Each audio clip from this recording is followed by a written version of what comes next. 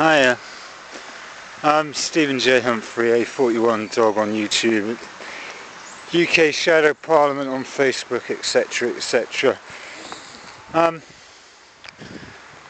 Just updating you on what I've been doing. A little bit up and down. A bit discouraged by the news coming out of Parliament that they seem to be cracking on with it. Just had a nice chat with a mate of mine, and been talking with some guys from the Socialist Worker Party. Violence is not an answer for reform. We can't have a French Revolution, we can't have an American Revolution unless it gets really, really bad. And Don't Tread on Me, the movie's finally out, and I saw 3/4 of it last night before I went to bed. And one of the producers said that we can't let things get as bad as we need guns and ammunition and violent insurrection and things like that. We got to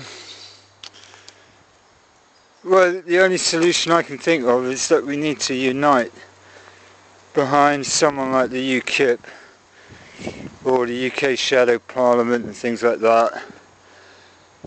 And then if we had, say, 45% of the electorate behind us, supporting us, then maybe we would then be recognised by the mainstream media as an effective force for change, a lobby group to counteract BP and all the other bad guys that got the money and the wealth and the contacts and the secret lobby groups and the secret patronage in the House of Lords and so on, to provide an effective shadow government.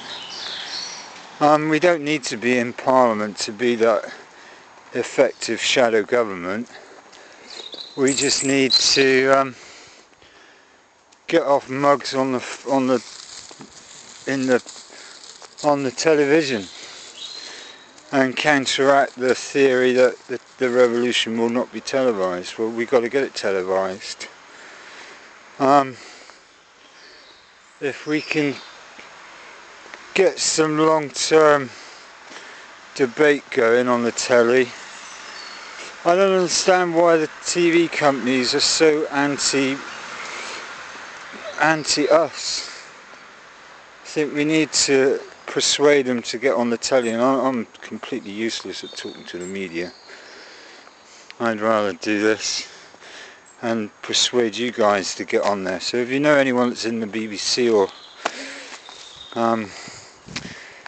got friends in the business, then tell them about the UK Shadow Parliament and about the silent majority who should be on the telly. And we got to debate with the people how we change things. We can't leave it to the politicians, as this recent election proved. But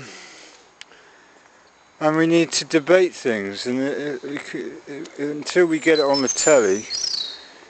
Is the alternative vote system a good system? Is the proportional representation a good system? What other alternative voting systems are there? And maybe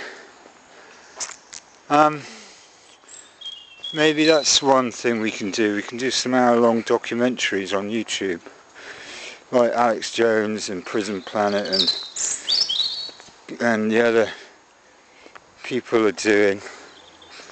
Yeah, maybe. So if you'd like to help make a documentary about the silent majority, then let me know. Just email me stephenjhumphrey@yahoo.co.uk, and let's see if we can get together. I'll talk to a couple of my friends and see if we can get a production team together, and we'll see if we can make a documentary about our concerns and at least get the debate on the telly. I mean, YouTube's fine, but as Alex Jones Channel 1 found out, it's not our control. We don't have the control over who gets to keep the videos on YouTube. So if YouTube, for example, take offence at my channel on A41 Dog, then I'd lose it. And 150 gigs of video gets sucked into the cyberspace and we lose it.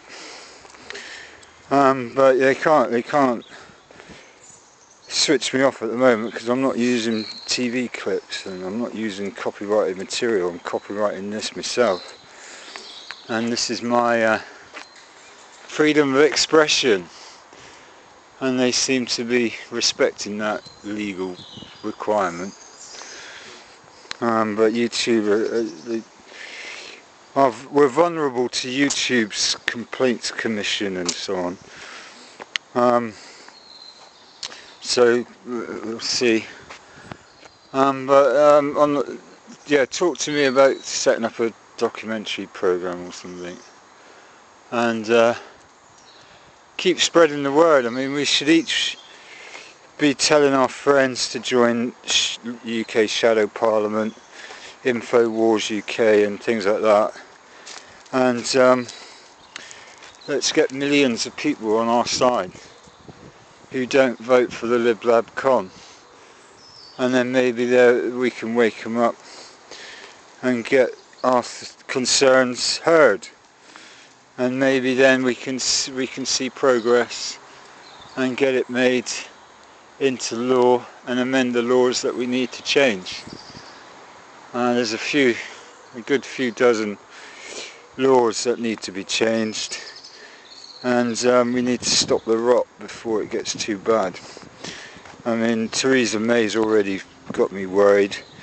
She said on the Echo website, Daily Echo, that she's going to give back discretion to the coppers, and that turns them into judge, jury and executioner, and that's a slippery slope if there's no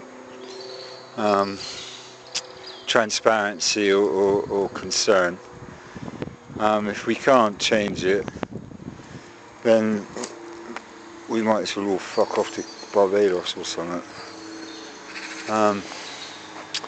But don't lose hope, keep the faith, and keep spreading the word. Just talking to your friends in itself is progress, and trying to persuade them to join us and to get our concerns heard by the majority of people.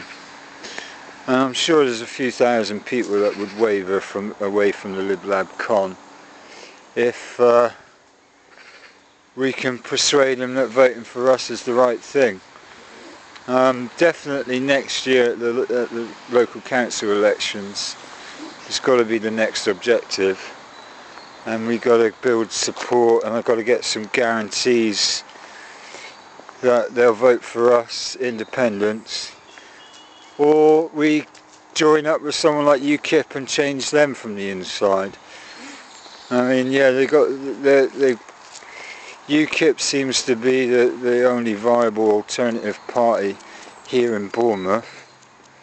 They got 3,500 votes in the general election, so maybe we can persuade UKIP to flagship our concerns and help us get the UK Shadow Parliament off the ground, so that we, not hundreds of people on as members, but millions.